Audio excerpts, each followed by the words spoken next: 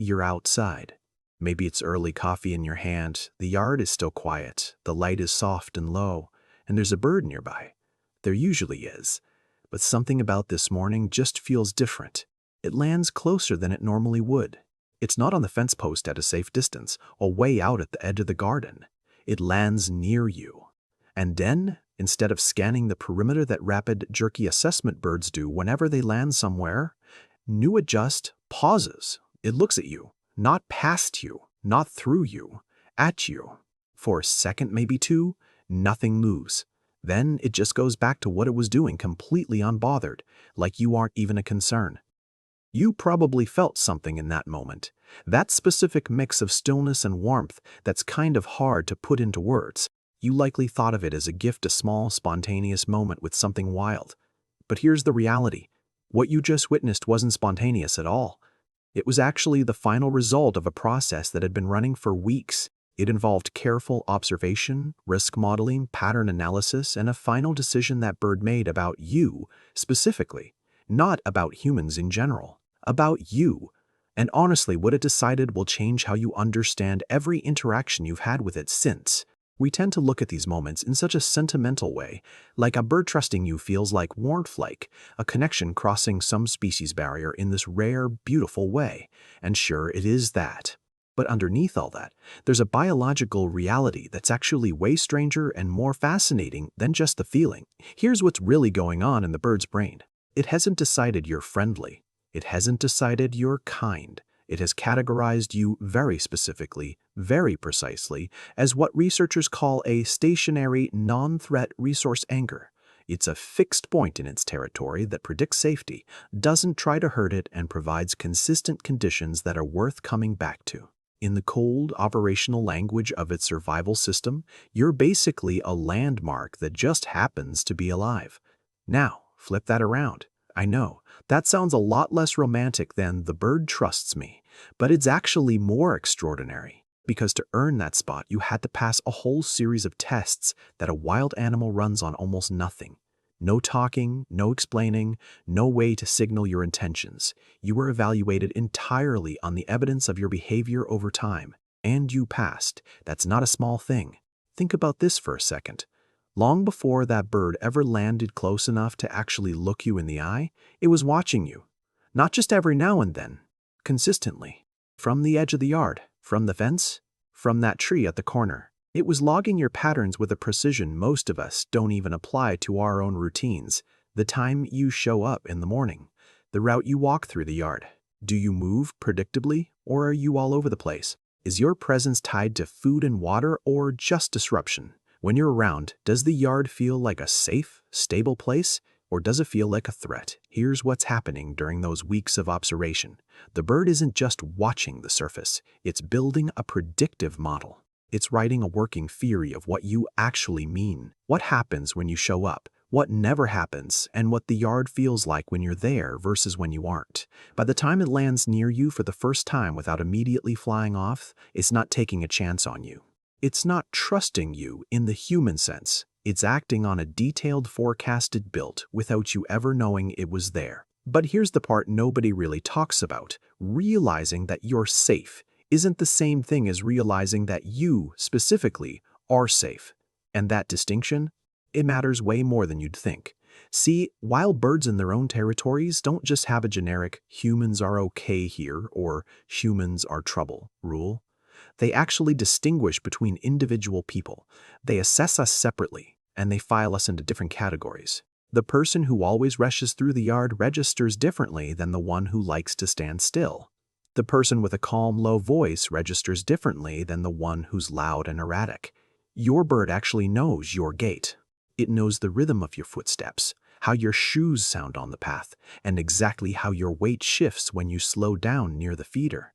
It knows your voice, too. That specific frequency you speak in, totally different from anyone else in your house. It's basically given you a unique identifier in its brain, the same kind of social mapping it uses to keep track of its own flock.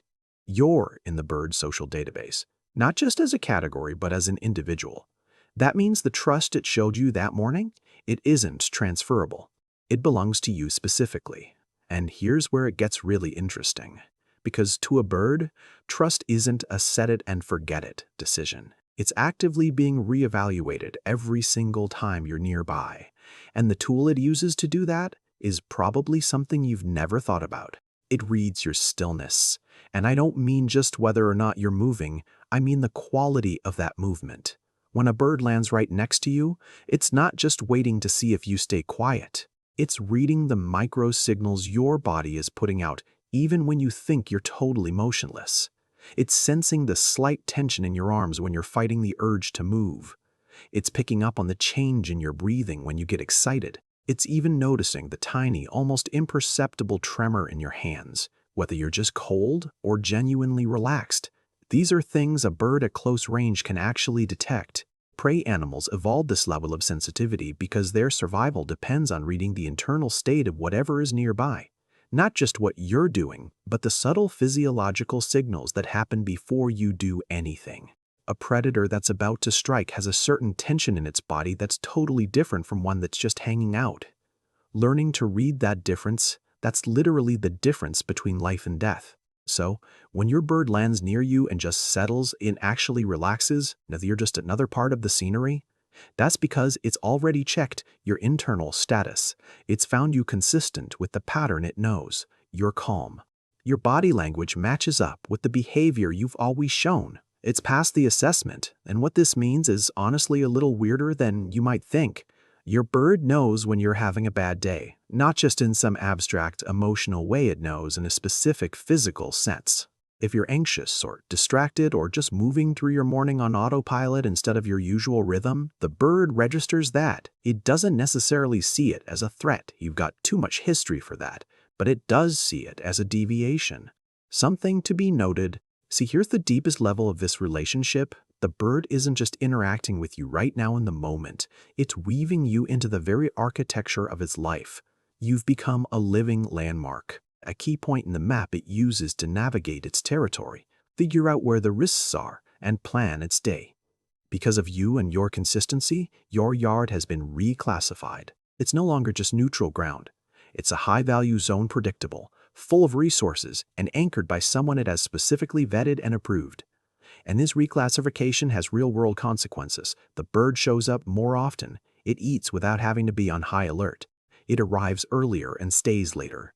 The energy it would usually waste on constant threat detection, it reallocates that to other things. Over time, it actually starts to predict you showing up when you're usually around or waiting in the tree if you're a few minutes late. You aren't just part of its present anymore. You're part of its forecast. Now, flip the whole thing around. You've been thinking of this as your yard and the bird as a visitor.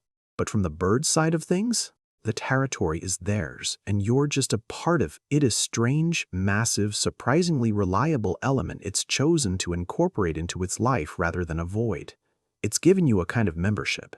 Not as a human, it doesn't have a category for that, but as a known, trusted, and structurally important part of the landscape it depends on.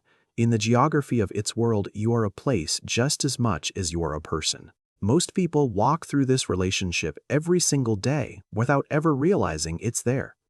The bird watches from the tree, you move through your morning, and the assessment keeps running quietly in a language we're only just starting to understand. You've been given something most people never get: access to the internal logic of a wild mind that decided, based on your behavior alone, that you were worth including. It didn't care about your words, your excuses, or your intentions. It cared about what you actually did, day after day, in those small, unremarked hours of an ordinary morning. What this asks of you, going forward, is simple. Just keep being consistent, the same calm, the same patience, the same quality of presence that got you through the assessment in the first place. The bird is still watching. It always was. I'd love to know when was that first moment you felt a wild bird shift from being wary to something else. That landing that was just a little too close, or a pause that lasted a beat too long to be an accident? Tell me in the comments. I have a feeling you'll find you're not the only one who remembers exactly when it happened.